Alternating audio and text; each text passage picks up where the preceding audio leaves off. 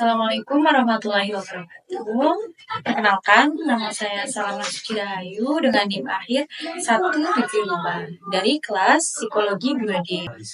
Halo teman-teman, kali ini aku akan membahas topik yang sangat penting dan sering dialami banyak orang, terutama buat kalian yang sedang berada di fase atau masa transisi, yaitu kecemasan menghadapi masa depan. Nah, ngomong-ngomong tentang masa depan nih, memang masa depan itu penuh dengan ketidakpastian.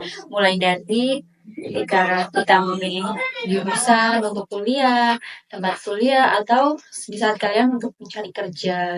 Hingga dalam hal merencanakan kehidupan di masa mendatang. Nah, semua itu terasa sangat menakutkan dan bikin kita cemas. Tapi, apakah kalian tahu bahwa kecemasan itu sebenarnya adalah hal yang sangat wajar? Jadi, kecemasan menghadapi masa depan adalah perasaan gelisah atau takut akan hal-hal yang belum terjadi.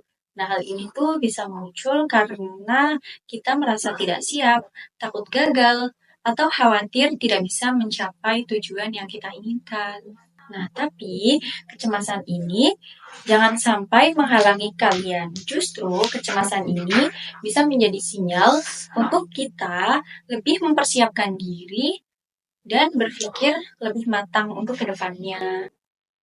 Nah, selanjutnya aku akan memberikan contoh kasus mengenai kecemasan terhadap masa depan. Jadi ada mahasiswa tingkat akhir dari program studi psikologi yang mengalami kecemasan terkait masa depan, khususnya mengalami penyesalan studi dan persiapan untuk memasuki dunia pekerjaan.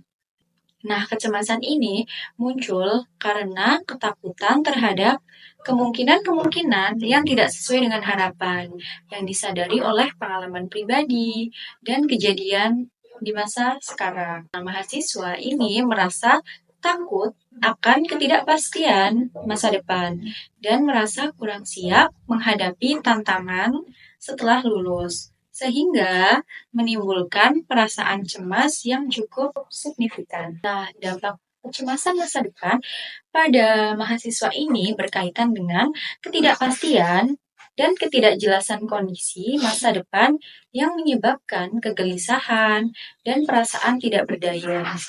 Hal ini mempengaruhi perencanaan karir dan sikap mahasiswa terhadap jurusan yang diambilnya, di mana mahasiswa yang memiliki kecemasan tinggi cenderung memiliki sikap negatif terhadap jurusannya dan kesulitan dalam merencanakan karirnya. Nah, dari penjelasan yang udah aku jelasin tadi, aku punya tips buat kalian yang takut akan masa depan. Yang pertama, kalian bisa buat rencana yang realistis.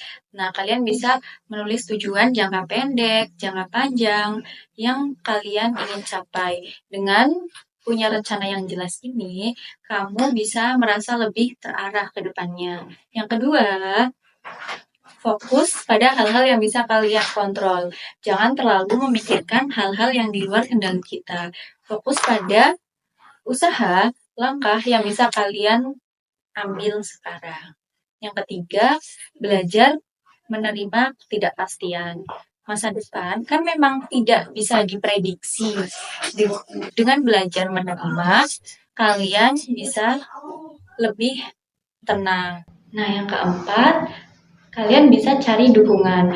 Jangan ragu untuk berbagi perasaan dengan teman, keluarga, atau profesional jika kamu merasa kecemasan sudah mengganggu aktivitas sehari-hari.